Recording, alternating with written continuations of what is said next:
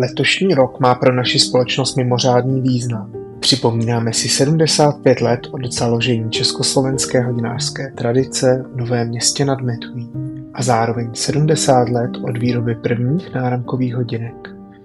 Jubilejní rok jsme zahájili pomyslným návratem k začátkům. Prim jako tradiční značku českých hodinek má v povědomí téměř každý. Méně se však ví, že vůbec první novoměstské hodinky nesly jméno Spartak.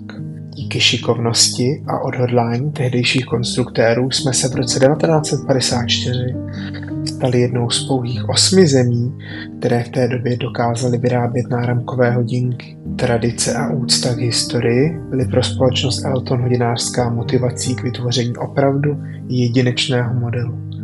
12kusová zlatá edice Spartak Respekt je ukázkou mistrovství novoměstských hodinářů a připomínkou modelu, který zapsal Československo na světovou hodinářskou mapu. 12 kusů odkazuje na 12 tehdejších prototypů hodinek Spartak.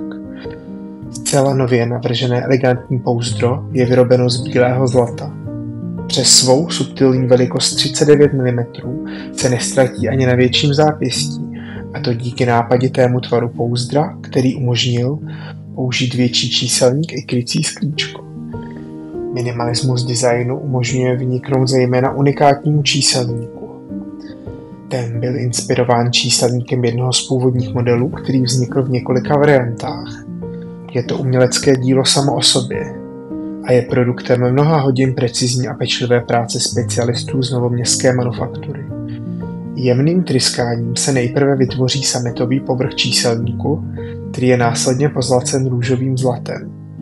Z plochy číselníku vystupují indexy, které jsou výrazně lesklé díky postupnému seříznutí materiálu pomocí diamantu. Na závěr je na číselník nanesen tisk a bezbarvý lak. V duchu minimalismu se nese i zadní víko hodinek ozdobené jednoduchým nostalgickým nápisem, připomínajícím 70 let hodinek Spartak. Model z limitované edice Prim Spartak Respekt pohání mechanický strojek Prim s ručním nátahem, vyrobeným přímo v naší manufaktuře.